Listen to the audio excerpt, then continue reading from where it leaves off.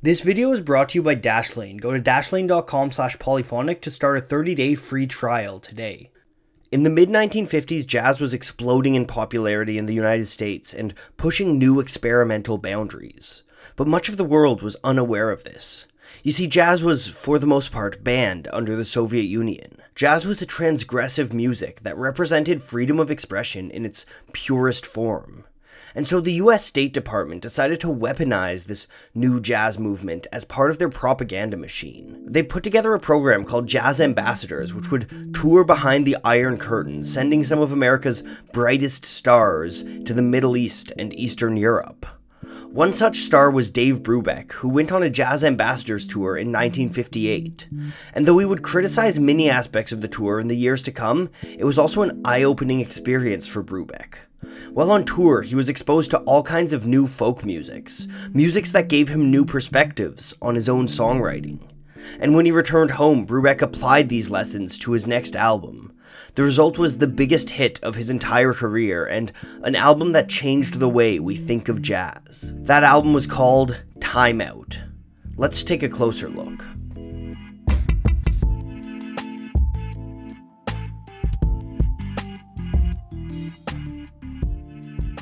For its first half-century of existence, the vast majority of jazz music was in 4/4 time. This means that the music is built on bars of 4 beats, and that a quarter note is worth one of those beats. This time signature is the norm for Western music, so much that it's even called common time. But that's not the case worldwide. Much of Turkish music is written in 9/8 time, where an 8th note is a beat, and 9 beats make up a bar. This is something that Dave Brubeck discovered firsthand listening to Turkish street musicians while on the Jazz Ambassadors tour. There's one particular rhythm in 9/8 that caught his eye, notable for its off-kilter counting. Brubeck was taken by the sound of it and asked the musicians what it was. They explained, "This rhythm is to us what the blues is to you." And so when he got back from touring, Brubeck turned this interaction into a song, one he dubbed Blue Rondo a la Turk. You can hear this new rhythm clearly in Blue Rondo, which is written in 9/8 time.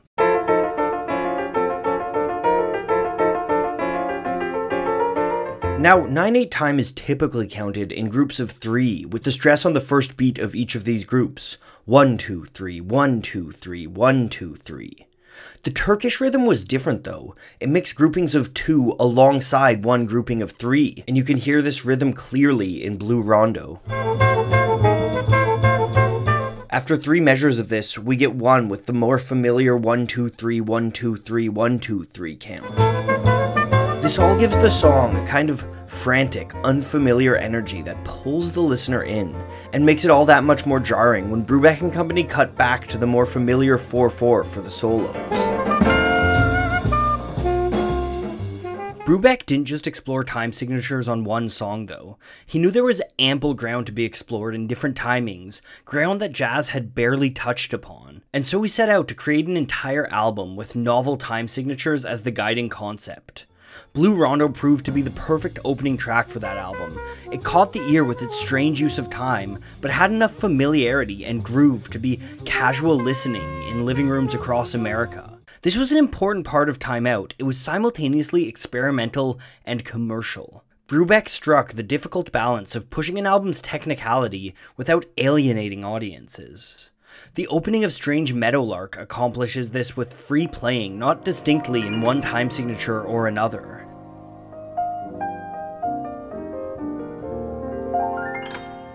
After the loose piano intro, the song opens up into a more typical 4/4 swing.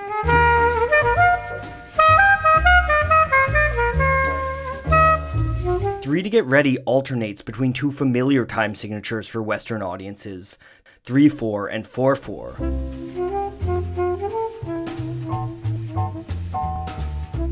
It's the mixing of these 2 known elements that creates something unknown and exciting. This is the same theory behind Kathy's Waltz, which also mixes 3/4 and 4/4 time.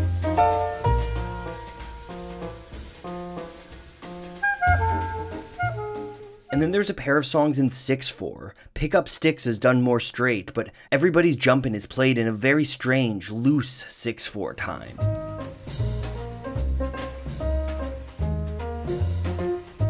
Brubeck's piano serves as a jarring reminder of Everybody's Jumpin's time signature, but Paul Desmond's smooth saxophone creates an easy groove when paired with Eugene Wright's walking bass.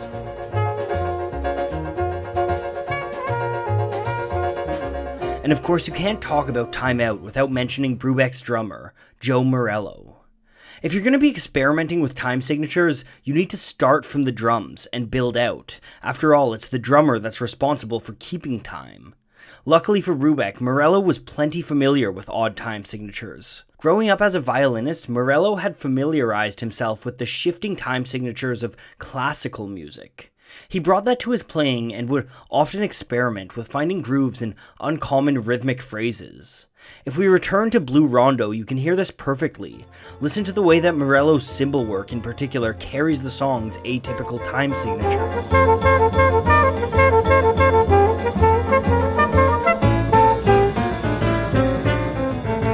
Morello's cymbals throughout this album are the stuff of legend. His hand is gentle but firm, enough to carry the strange times, but also a soft, rhythmic blanket for the music to fall into.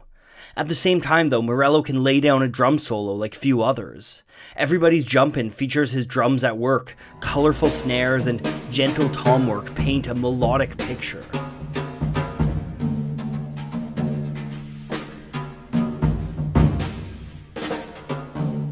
It was this soloing ability that inspired Brubeck to give Morello some spotlights in shows. During some of these solos, Morello would play around in 5/4 time, and soon enough Morello was writing his own 5/4 drum groove. And though he wanted to turn this into a song, Brubeck had trouble coming to a melody. What Brubeck did find was a vamp, a short simple phrase that he could repeat over Morello's drums. That piano vamp drove home the division of a 5/4 rhythm. 1, 2, 3, 1, 2. And while this groove was smooth, it took Paul Desmond's writing to turn it into a song, the centerpiece of Time Out, Take 5. At the behest of Morello and Brubeck, Desmond wrote a pair of saxophone melodies that became the main thrust of the song.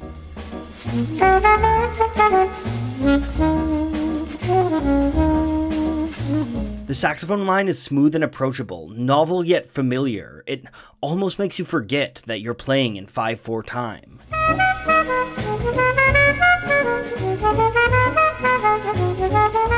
The saxophone carries Take 5 through a number of solos, first from Desmond himself, then by Morello. And Morello's Take 5 solo is one of the shining moments in drum history. He keeps a steady, cool 5/4 groove throughout with the aid of Brubeck's vamp, but he experiments on top of that. The intricacies of his cymbal are intercut with choppy snare lines, and eventually the cymbals drop out entirely and we get a melodic solo colored through growing tom work and patterns of rolls.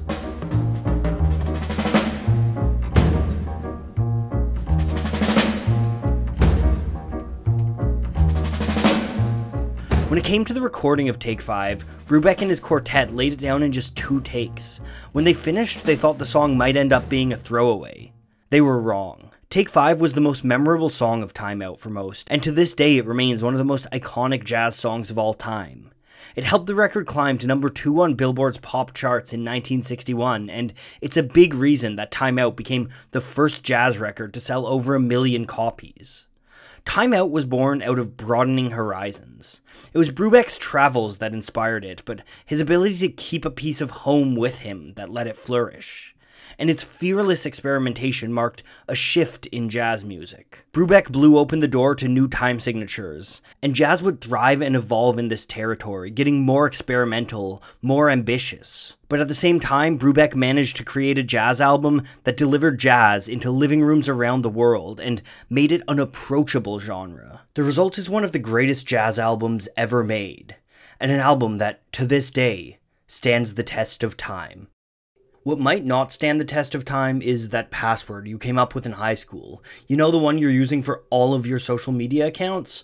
With just one password, you become incredibly vulnerable to hacks or data leaks. But fear not, because with Dashlane you can set yourself up to browse safer online without having to remember long, complex passwords.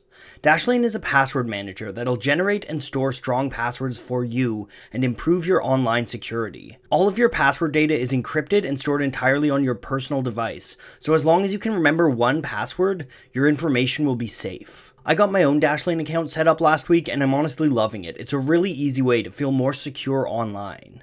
Not just that though, Dashlane saves and autofills account information, so it's easy to log into things with just one click. If you want to try it out, you can get 30 days of Dashlane Premium for free by going to dashlane.com/polyphonic. And if you decide you like that, just put in the coupon code Polyphonic when you sign up and you'll save 10%.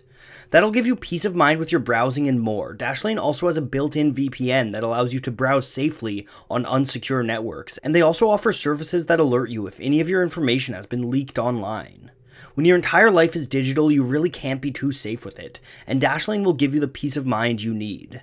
So again, go to dashlane.com/polyphonic to try it out for 30 days free, and if you decide you like it, remember to use the code Polyphonic to save 10% on your purchase.